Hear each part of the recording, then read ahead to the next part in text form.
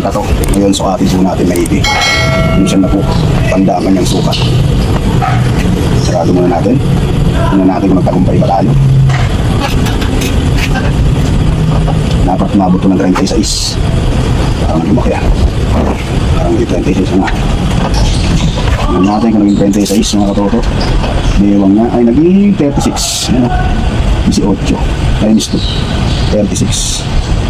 Ah, yung 36 pa lang. Walang labis, walang kulang. Tingnan natin sa hips. Dapat maging 40. Sabi natin 41. Tingnan natin maging 41 na. 41. Yung 41 na. 20 and up. 41, 20 and up. Magandang gabi mga katoto. Meron na naman po tayong sisingit na bagong repair. Ang problema niya po ay maliit ang kanyang bewang. Diba? Noong napalda. Ang sukat po nito, kung hindi po tayo magkakamali, pag ginamitan po natin ito ng medida, tsak, saktong sukat ang makukuha natin.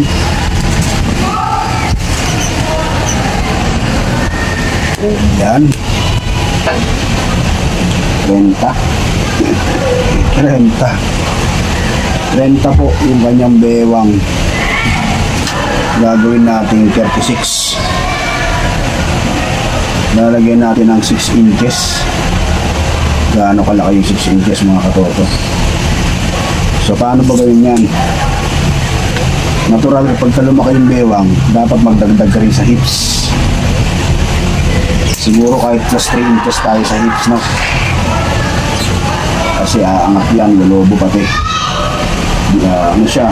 Kasi 38. Kahit gawin natin 41, pwede na yan, o 40. Pero the best ang 41 dyan. Kasi kalahati lang naman yan eh. So ang dapat natin gawin dito mga katoto, yun o, total may dugtong naman siya. Diyan natin sisingit yung dugtong 3 inches dito. Tapos may dugtong din 3 inches dito. So maglalagay tayo dyan ng triangle. Triangle 8, diba? Kasama na hips niyan, lalaki na yan hanggang dito sa 8 na yan. Yun o, dyan po tayo maglalagay ng triangle. Rest para lumaki yung bewang niya, no? Tatanggalin po natin yung sinturera na to at yung sinturera po ng kabila kasi sablay yan eh, makakabala. Ibabalik na lang po natin mga katoto, tapos magtatastas tayo, no? Malawak ang tastasan to mga katoto. 8 yun o, hanggang dyan ang tastas. Ha? Usahan na natin yan.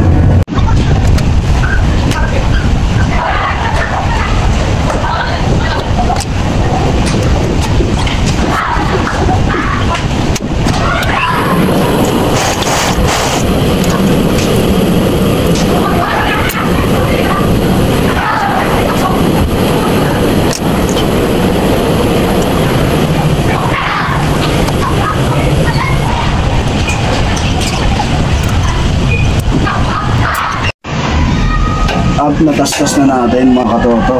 Tagal ha, isang oras din. Yan o. Ngayon magtatabas na naman tayo ng pandugtong.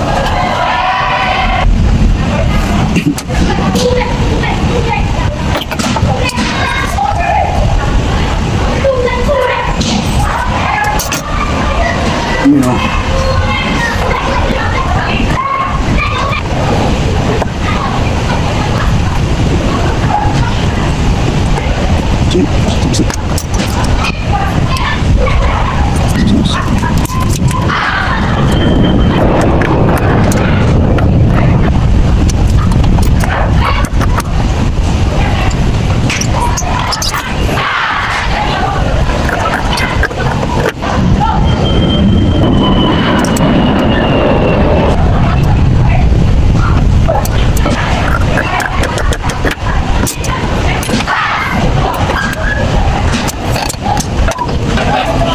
Yan na nga, gumawa na tayo. Ito yung lalagay natin sa gilid. So, kabila, kaliwat kanan.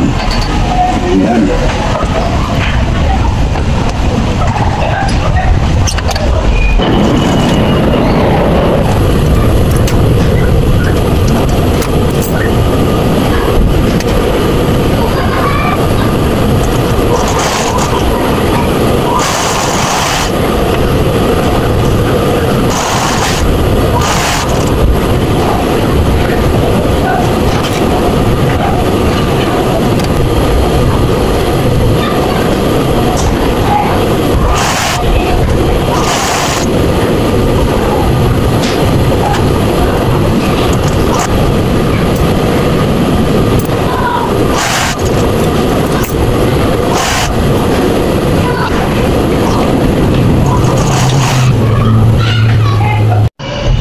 nga mga katoto, kailangan po natin yan agingan.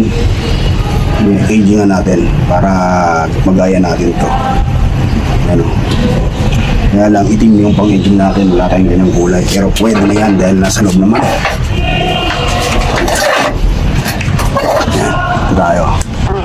Yan, yung bakal pa, no?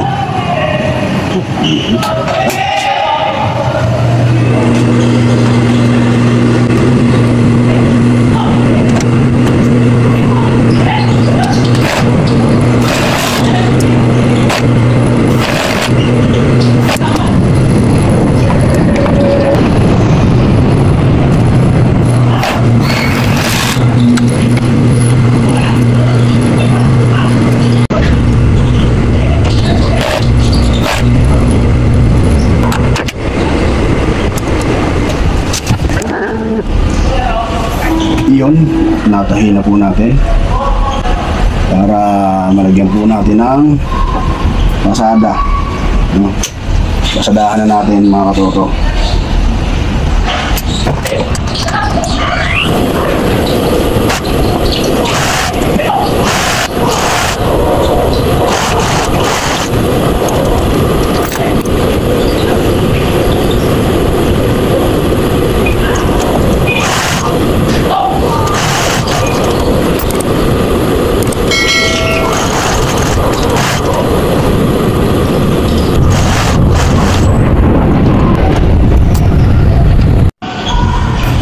Tapos, naikabit na po natin yung triangle, no?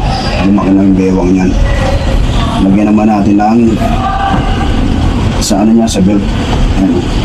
Siguro, 4. Kasi 3 to eh. Kung meron na siyang luma na stitch allowance. Media. 3. Madagdag rito ng half inch tsaka half inch. Bali 4. Ano to? Sa dalawang tagalawang dugtong, bali 4 na 4 ang haba, tapos ang kanyang lapad ay mga 2 media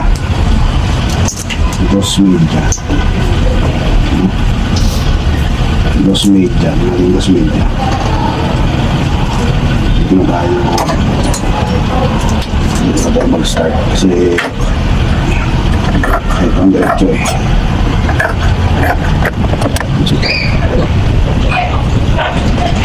Dos media ang lapad. Dos media. Ano? Dos media. Tapos 4. Yung 4. Ako pa natin ano. Ako pa tayo. Isipan. Wala na niya ako. 4. Sipa. Ako pa tayo siya sa dituan.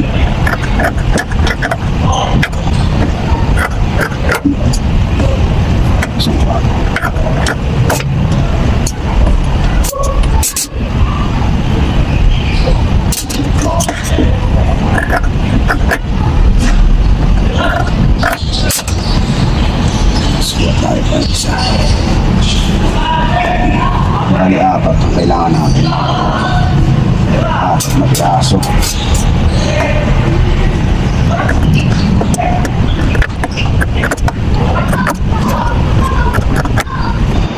Kabit na natin mga katoto. Ito muna.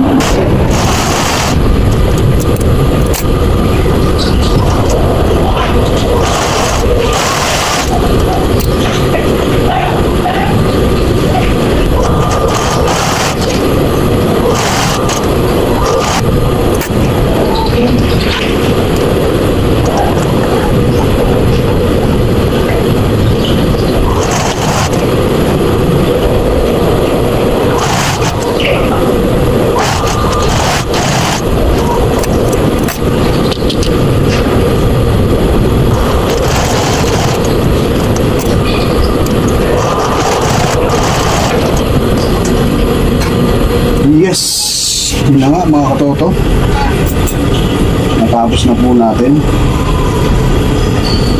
ang ating repair.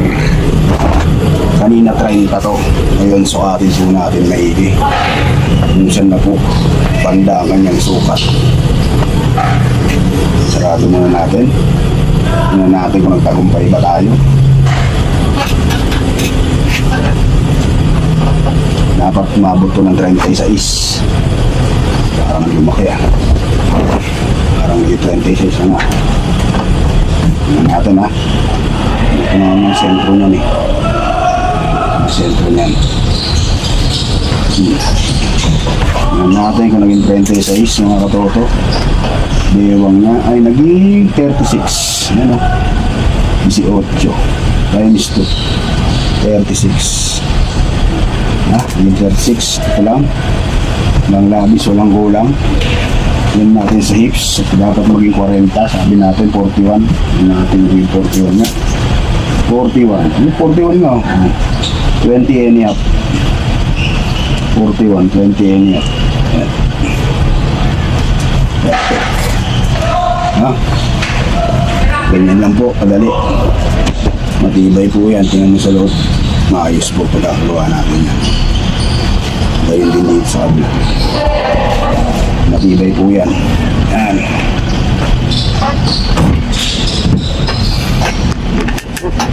At sa wakas mga katoto, natapos din po tayo. Mahirap din no?